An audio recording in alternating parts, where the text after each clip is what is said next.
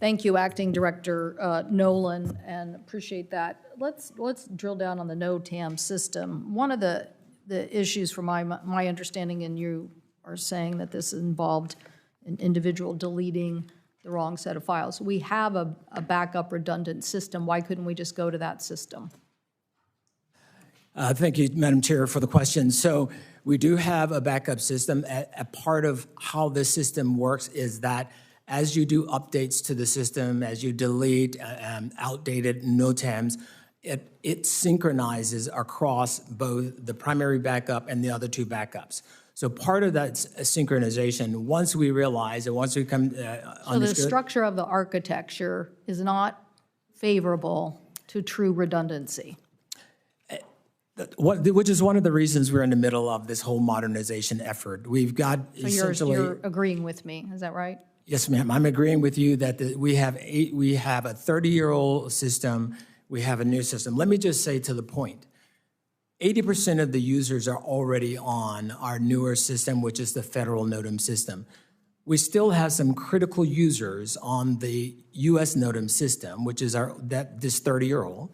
Primarily, you have DOD, you have the Alaska aviation in Alaska, and our international users are still on that system. But again, we're working to be off of that system by FY25.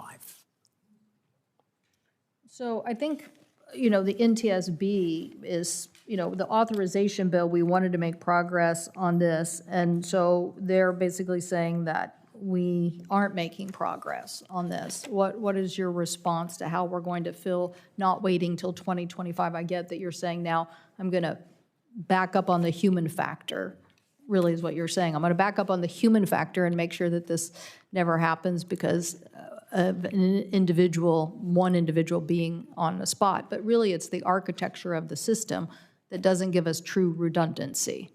So is there a way to solve that before we, go 2 years into the modernization? Yeah, we will continue on this journey of modernization. I've asked and I've directed our teams to look at what is our ability to accelerate that timeline. Can we pull it into 2020? I'm asking you, what can you do about the existing system today to give you true redundancy? You're trying to give me human factor redundancy in another individual, but when in reality I'm pointing out that the architecture of the system isn't true redundancy, because if the deletion impacted both systems, then you don't really have redundancy. You don't have a separate reboot. Our electricity goes off on our house, we go to the generator if you have one, right? Yes. So in this case, the backup didn't work either because it was affected by the same deletion. So you don't have to answer all of it right here, but I need an answer on this issue of redundancy to the system, because while we want to modernize and we want to have the right resources, and we got a pretty good offer from our colleague to drill down with us on the appropriation side to make sure that we have a clear understanding. And I really do think this has been an issue in the past. I really do think that appropriators need to understand the technology needs of the FAA and support them.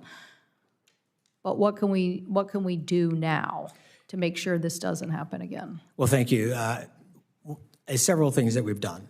Number one, we have instituted a 1-hour synchronization delay between the primary database and the backup database. That gives us time to make sure that we have no issues there.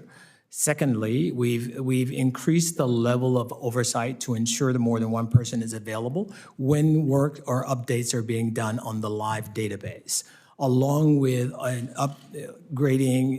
up-leveling our level of oversight within the command center to ensure that we've got leadership present. So those, of course, are more in the area of administrative controls, but the work continues to get off of the U.S. NOTAM system and onto the federal NOTAM system. I'm going to come back at you and ask that you work with contractors to find out how to get us true redundancy in the short term in a backup database that is truly independent and could operate if the same instance happened again. So in my sense of this near miss with Southwest Airlines in a cargo carrier, was Southwest in a position earlier than their slot? Is that what happened?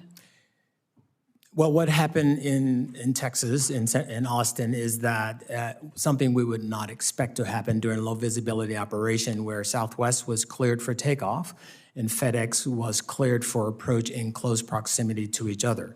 That investigation is underway by the National Transportation Safety Board and the FAA, so we're looking at every aspect of it, and we'll certainly provide updates, but it is not something we expected to have taken place. Rightfully so. The FedEx crew saw the Southwest. I'm asking if you have an answer today about why this occurred. No, ma'am. That investigation is still ongoing, but we'll certainly provide an update. Thank you. once Senator we're- Cruz.